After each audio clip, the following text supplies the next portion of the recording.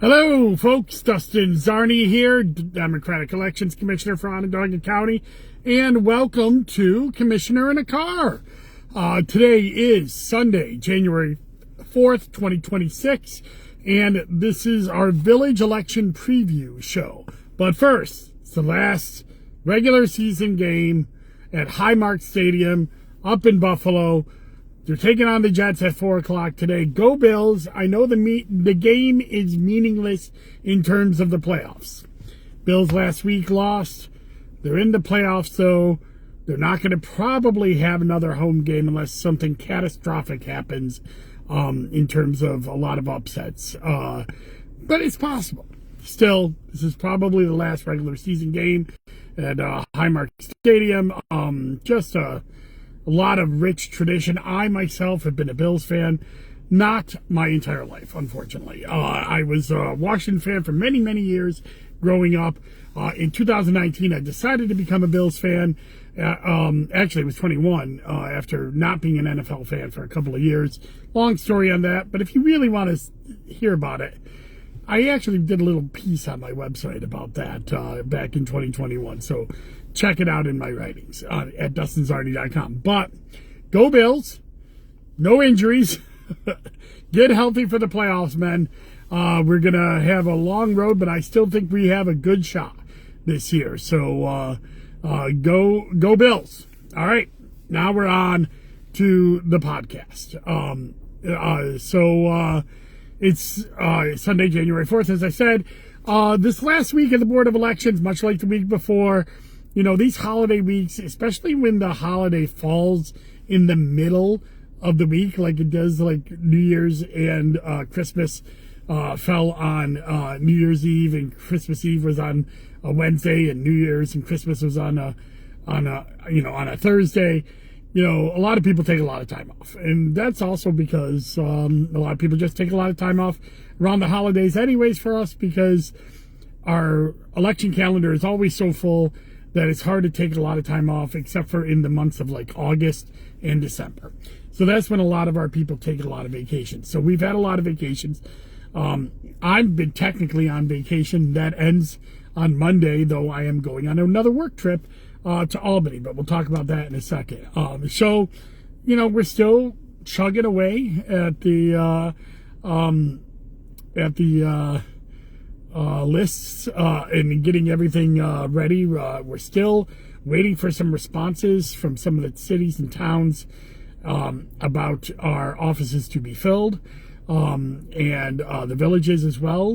But we have some tentative lists. I went over some of that last week with the towns, and this week I'll talk to you about the villages and why villages are a little weird. We'll go about that come a little bit in our podcast here.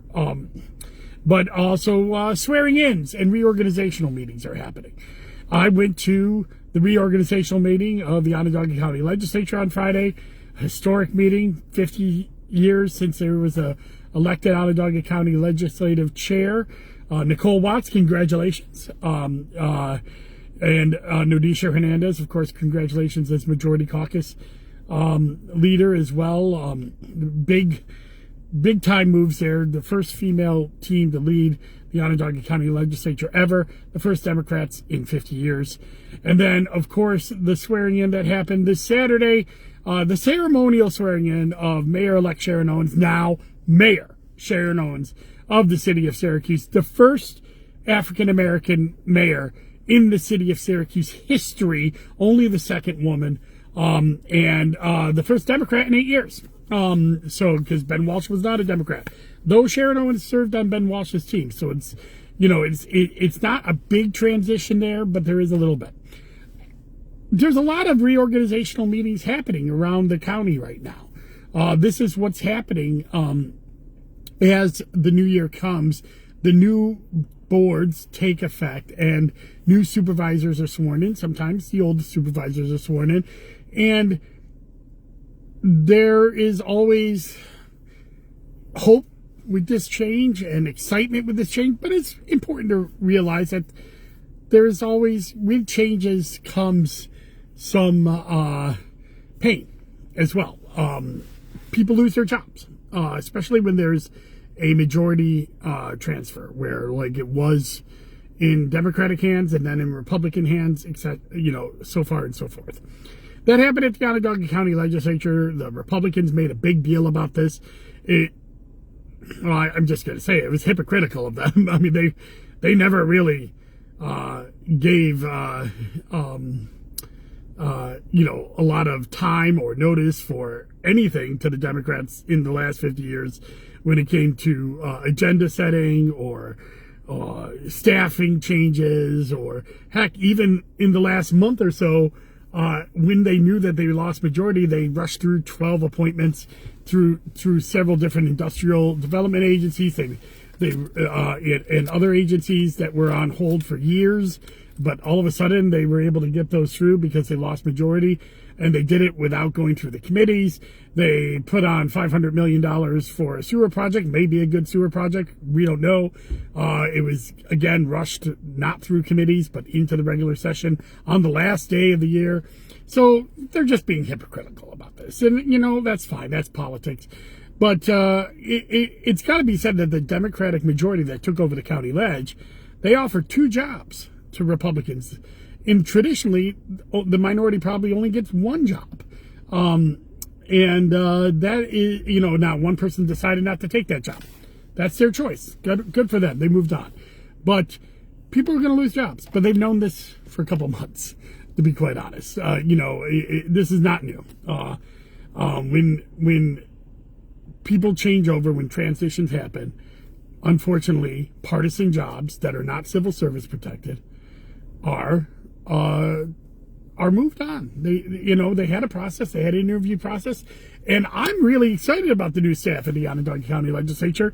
I posted about it. It's a diverse staff, 3 African Americans, for the first time, I think, in county legislature history that there's African Americans on staff at the county legislature. We do have, a very diverse county, and to have some representation on those staffs is important. To have women, on the staff, although there have been women on the staff, so that's not really been a change there. But it was a very, very diverse staff, people with incredible resumes. Nobody's coming in that is the son or daughter of a sitting county legislator or a political operative. These are all people that have served in the roles in government with experience, and it's a phenomenal team, and I'm really excited about it. So I just wanted to mention that. That little controversy that happened on Friday, that's politics, but I'm so proud of the Democrats. They held strong, voted 10-7, defeated every motion to try to what usually is a pro forma 17-0 vote on staffing. The Republicans decided to make a stand on every single hire and not even decide to work with the Democrats, despite them getting what they've given Democrats in the past. But whatever, that is what it is. That should not discolor a wonderful historic weekend. All other boards are starting to meet this week, next week, or actually probably last week, this week. They're getting reorganizations of the town boards. I'm sure there'll be staffing changes in certain towns. That's just the nature of the business. When people are elected, elections have consequences. All right. Anyways, on to the main subject of the podcast today, and that's village elections.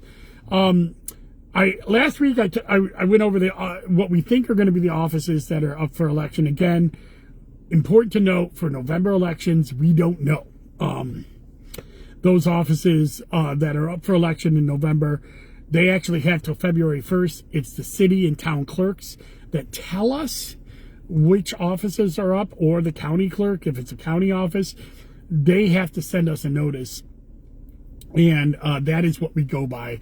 And of course, then the state board sends us a notice for the Supreme Court, or any other thing that crosses county lines. Now, we kind of know what's up. We do. But February 1st is the actual official deadline, so we can't put an official list out until that deadline. So that being said, I did go over what was a tentative list that we've put together, based on information that we have on file, based on the even year laws and all of that. And I talked about that at the last podcast, so check that out. However, this podcast, I'm going to talk about village elections. Village elections are weird because they are not always held in November. In fact, there are village elections can happen in March or June or November. It's either the third Tuesday in March, the fourth Tuesday, or the third Tuesday in June, or of course with the regular November date. And that is determined by the town trustee or the village trustees. So they're the ones who set the calendar. And once that calendar is set, it stays there until a vote of the trustees changes it, or in some cases, a petition by the villages change it to a different date. So the villagers, the village citizenry can actually, let's go into that. So, and also, if an election is in March or June, it doesn't always have to be run by the Board of Elections. The village clerk can run those elections. If it's in November, it has to be run by the Board of Elections. But if it's in June or March, the village clerk can choose to run those elections. So, right now, we have 15 villages in Onondaga County.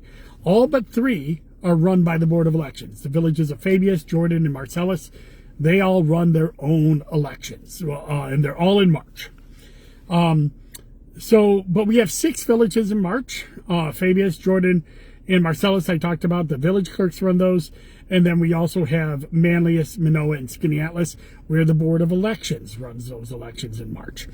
We have only 1 in June, North Syracuse. The Board of Elections runs that election. And then there's 8 of our villages. So over half of our villages actually run in November now.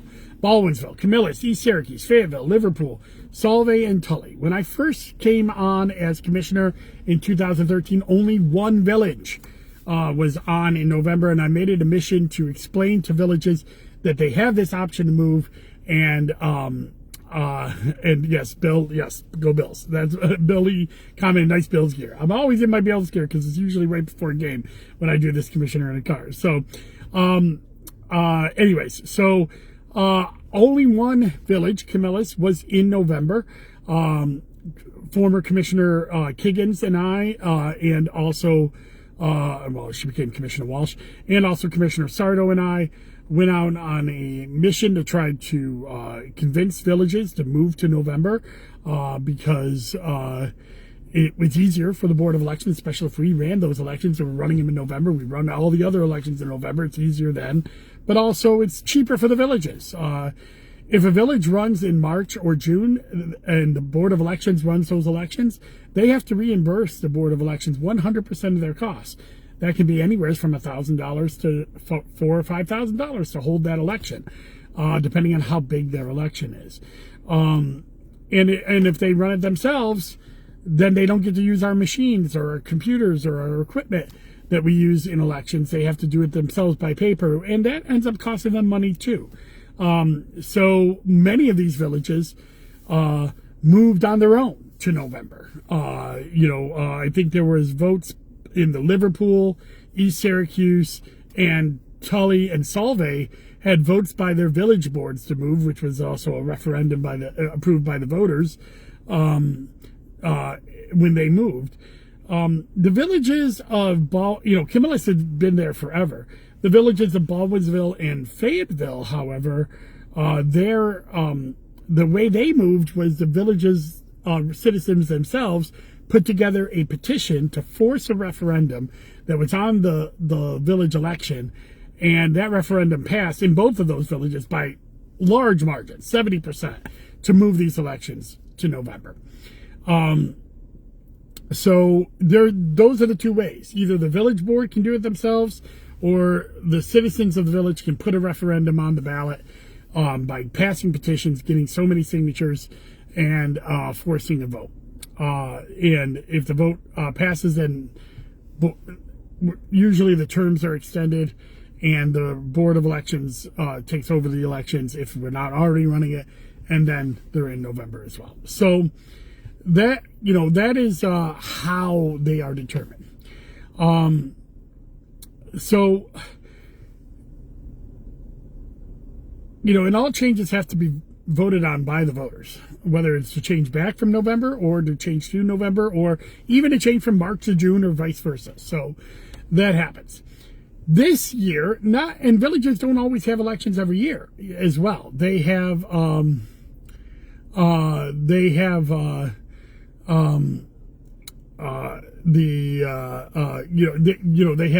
4-year terms. That doesn't mean that they always are on even years.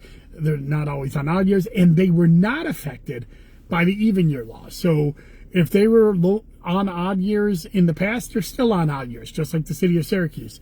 And if they were on even years in the past, they're still on even years. But sometimes they have to fill vacancies like any other political entity, so they could have an election. This March, we actually have 3 villages having elections: Manlius, Marcellus, and Manoa. I think it's Manoa's and Marcellus's regular elections. Manlius is having a to-fill vacancy for one of their offices. So they're actually having an election this March. However, again, remember I told you, villages are weird. Their election is not on a Tuesday. Their election is on Wednesday, March 18th. And why is it on Wednesday, March 18th? Because St. Patty's Day falls on a Tuesday this year, March 17th. And the entity that determines when the village elections are, the New York Conference of Mayors, NICOM for short, when St. Patty's Day falls on a Tuesday, they always vote to move the election to Wednesday. So even the normal Tuesday election can be moved in a village election because of something like that, where St. Patty's Day is there. Now, St. Patty's Day is the day before, so if you're working or doing a village election or you're at the Board of Elections, you better not drink too much on St. Patty's Day, because you got to be back in the office at 4 a.m. So the Board of Elections actually runs the Manlius election and the Manoa elections. The Marcellus election is run by the village board, or the village clerk. I believe Marcellus and Manoa, and again, villages can choose their polling hours as well, between either 12 to 9 or 6 a.m. to 9 p.m. The village of Manlius has a 6 a.m. to 9 p.m. Polling time, and the village of Manoa and Marcellus have noon to 9. And again, for emphasis, Marcellus is run by the Marcellus village clerk, not the Board of Elections. So how do you get to run for office for those villages? Well, the petitioning is happening right now. Many offices in villages are not run by parties. They're not on the Democrat or Republican lines. But that's not necessarily always true, and it's actually been changing a lot over the last few years. We've seen a lot more villages go to party lines because it's easier to get on the ballot that way, because you don't have to do petitions. But many of them do independent nominating petitions, and that's actually going on now. It started on December 30th, and it runs until February 10th. Those petitions are filed between February 3rd and February 10th. And again, if it's at the Board of Elections, it's filed at the board. If it's at the village elections, it's filed at the village clerk. If you're interested in signature totals, we're going to have those up on the website sometime this week for the 2 villages we run. For Marcellus, you call them and they'll tell you how many signature totals you need as well. So, but if you want to run on a party line, the parties have to hold their caucuses. They can start holding them now, but they have to file their caucuses between January 22nd and January 29th. Now, parties don't do petitions for villages normally if they are in March and June. And the reason for that is because if a petition is done in, if a party wants to file by petitions instead of by caucuses, they have to have a primary, and the party has to pay for the primary, not the village. The party has to pay for the primary as part of village law. so many parties have decided not to do petitions for villages in March or June. If it's in November, then they can have petitions. But if it's in March or June, they do a caucus and determine who's on their village elections. So I'm going to give a little bit more emphasis on the March elections now that are happening. But before I do that, one last note about whether a village should or shouldn't run in March and November. Again, I talked about the cost and how it's 100% cost savings to the villages if they run in November, and also to the taxpayers as a total, because we're already running an election. It's not adding any burden or cost to the Board of Elections or the county taxpayers. However, it's also about increased turnout. Now, we have a perfect example for this, because in 2024, the village of Fayetteville actually had 2 elections that year, one in March, one in November. The reason being is in March they had, I told you villagers can sometimes have citizens pass petitions to put a village on the November election. They had that in Fayetteville in March of 2024. Passed overwhelmingly. 70% of the voters that came out in March moved it to November. But also on that March ballot, the mayor of Fayetteville was the guy who ran for mayor was a sitting village trustee. So he ascended to mayor in March, but then his trustee position became open, and it became open in November because the voters had already decided to move the elections to November. So thus the to-fill vacancy came open and went on the next political calendar, which happened to be in the same year in 2024.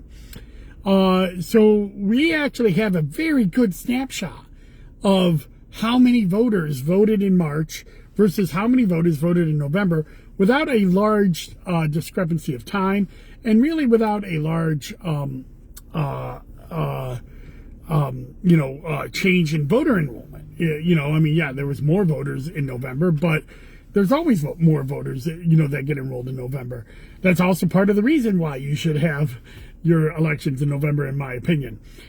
In Fayetteville, in March of 2024, on that election, 1,101 voters showed up to choose whether to move the election or not, also to choose their village leaders. In November of 2024, 2,226 voters showed up to choose the replacement for the village trustee that ascended onto the mayor. So in the same year, we saw a 102% increase in activity in the same village in the same year, just by moving the election to November. So this talk about how, it'll get lost on the ballot and blah, blah, blah, that's just not true. The people are voting more in November. More people come out to vote. More people choose their leaders. And that is what happened this last November. So, moving on. Let's talk about the elections in March that are happening and what is going on. Now, the Village of Manlius is having a trustee election. It's a 1-year to-fill vacancy. There was an opening on the Manlius Village trustee, and that is up for election this year. The Village of Marcellus, the mayor, and 1 trustee is up for election this year. And in the Village of Manoa, 2 trustees are up for election this year. Again, the Village of Marcellus is run by the village clerk. The Village of Manlius and Manoa are run by the Board of Elections. Now, in November of 2026, we have several villages that have elections as well. Baldwinsville has a mayor and 3 trustees up for election. The Village of East Syracuse has a trustee, which is a to-fill vacancy trustee due to the death of Bernie Ment, a longtime village trustee. He died in October, and so it's going to be up on the election this next year. The Village of Elbridge has 2 trustees. This is their normal election. The Village of Liverpool has 2 trustees. They have elections every year because they have 2-year terms, and so they have elections every year. but they have staggered elections. So they have 4 trustees and a mayor. 2 trustees and a mayor run 1 year, and 2 trustees run the next year. This year, it's 2 trustees. And then the village of Tully is the same thing. They have 2 trustees that are up. There are no elections in the villages of Camillus, Jordan, Fabius, North Syracuse, Skaneateles, Solve, or Tully. Or Solve at this time. Tully does have an election, I believe. Again, we are waiting for confirmation from all of these village clerks. And again, people may resign, people may die. And that creates vacancies. And that can happen all the way up until the first week of August. So there could still be opportunities to run if people resign or unfortunately pass away between now and then. So that's all I have for village elections. Check our websites at onvote.net in the next week or so, and we should have a lot of this stuff up on the website. If not this week, early next week. Because this week, most of our leadership is actually going to be at the New York State Elections Commissioner Association Winter Training Conference. We have 2 conferences a year that we train elections commissioners at, and that is going on this week. It's actually early this year. It's running January 5th through 8th in Albany, and this is really our big conference, the winter conference. We get a lot of new information. It's jam-packed with lots of election law changes and anything else that's happening. I expect to come back with a lot of more information, and I will be letting you know about all of that in my next Commissioner in a Car next Sunday. I did continue my promise as the weekly wonks. 4 weeks in a row I've done it now. So I this last on New Year's Day I pulled the data and did Onondaga County overall. It's actually going to be part of a 4-part look. Most of January is going to be looked at segments of Onondaga County at a top level segment. I did the whole county overall this last time. I plan on doing the suburbs next week, the city of Syracuse the week after, and then the county legislature districts as a whole that 4th week there of January. So check that out at DustinZarny.com. One of the things I'm very proud of is for the first time I've been able to put in age comparisons, the age of voter comparisons, and what ages are enrolled in what parties. There's a lot of great data in there, a lot of interesting data for me, a lot of new data. So check it out. Again, go to DustinZarny.com to read that. As part of my weekly trivia question, last week I asked you to guess the average age of the Onondaga County voter, and if you read my my weekly wonk or looked at some of the data slides I posted, you would see that the average age of the Onondaga County voter is 50.87 years old. So that's the average age of the registered voter in Onondaga County, not the turnout, but just the registered voter. That might be an interesting thing to do, and see what the average age of what the turnout was this last time. I might do that. I still can do that, so I might do that. In fact, let's make that the trivia question for next week. What is the average age of the turnout? People who voted in the 2025 election. So we know the average age of the voters that are registered is 50.87.